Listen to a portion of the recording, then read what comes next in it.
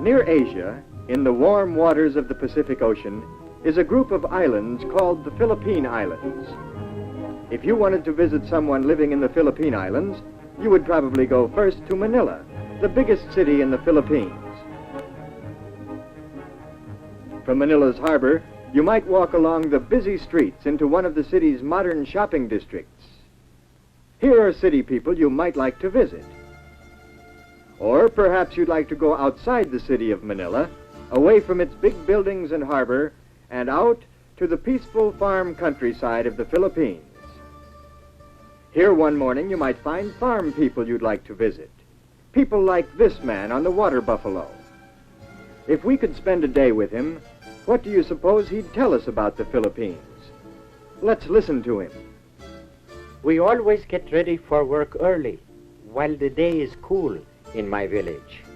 My barrio, as we call it. I see my neighbor Pablo is getting ready to go to his rice fields. He too has a water buffalo, what we call a carabao. Carabaos are used for doing heavy work, hauling loads, plowing fields and such. Although another of my neighbors, Cesar, has a modern tractor he uses in his large rice fields. Other neighbors of mine take the village bus to go shopping in the next barrio or to plantations where they work. Before I, too, go to work, I usually have breakfast at my house. I built it high above the damp ground of strong bamboo and nipa leaves which grow nearby. In our open kitchen, I see my wife Dolores is making breakfast. There is plenty of fresh fruit, papayas and mangoes from the trees around us. And we have, steaming hot rice from my rice fields, of course. My son Ramon is still asleep inside the house, but not for long. I can hear my daughter Juanita telling Ramon to wake up. "Wake up, Ramon," she says. "We're having a special treat for breakfast in honor of your birthday." Birthday? Ah, then Ramon remembers. Today he is 9 years old. There is to be a party for him this afternoon, and many presents. He had better not sleep late today. So Ramon quickly rolls up his straw bed, his petate, it's called, and puts it away in the corner. Ramon goes to wash, while my daughter finishes setting the table. Though Juanita is only 12 years old, she is already a big help to her mother. I see she has set the table well. Soon Ramon comes back nice and clean. "Happy birthday," I tell him as we begin eating. In honor of Ramon's birthday, today with our rice we are eating to you, a kind of dried fish. Ramon likes it very much. But I think his mind is also on the presents he hopes to get later at his party. After breakfast, it is time for me to go to work in my rice fields. Soon the planting season starts, and I have much plowing to do. In a little while, my children leave too. Ramon and Juanita must also start out early from our house, for the public schools they attend are a long way from home. On their way, they pass our village stores, tiendas we call them, a name handed down from the Spanish, just as Ramon and Juanita's names are also Spanish. And they pass our village church. It is old, for it was built by the Spanish missionaries many years ago.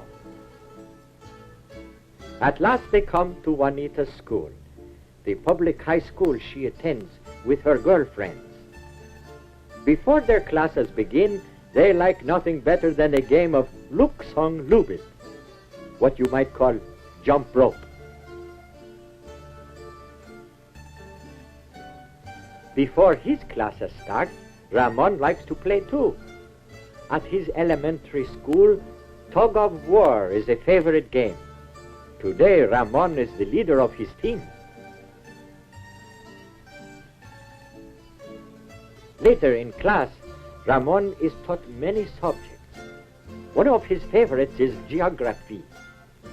In the classroom, English is spoken, and it is one of the main languages we use. Today, Ramon has a question about the United States. His teacher shows him the United States on the map of North America. In the meantime, in her high school, Juanita studies many subjects too. In home economics, she learns to sew fine patterns and do fancy stitching. Embroidery like this was first taught us by the Spaniards, and today it is an art many of our Philippine women are proud of. Meanwhile, my wife Dolores is finishing her shopping in our barrio. At the village stores, the tiendas, she can buy many of the things we do not make at home. Today she needs some seasoning to cook the food for Ramon's party. Then, her shopping done, my wife comes back home to start the cooking. At 12 o'clock, my children are out of school for the day. Other children will attend in the afternoon, but Ramon and Juanita now have work to do. Ramon will help me with the plowing, while Juanita comes home to help her mother. There is much to do to get ready for a party. First, Juanita sets the table. Later, she may take a turn at barbecuing the pig her mother has prepared. We call roast pig lechon. It is a treat we can afford only on special occasions. By late afternoon, Ramon and I have finished our plowing in my rice field. It must be ready for planting when our rainy season begins. The work has been hard for both of us and for my carabao. Now it is time to go home, so Ramon and I unhitch the carabao. Then we take him back to his place near the river. This is where he stays until I need him the next morning, deep in the cool, muddy water carabaos love so much. Then back we go, along the road to our village, to our house. There! Look, Ramon! What a sight! Everyone is gathered for the party. Happy birthday, they all call. His aunts and uncles and cousins, and his school friends. Happy birthday, Ramon, they say. My Ramon is very pleased. What an honor to have so many people celebrate his birthday. Very politely, he kisses his grandmother's hand. She has a present for him, a pair of long pants, she says. Ramon thanks her and greets his grandfather, too. Grandfather also has a present for him. You see?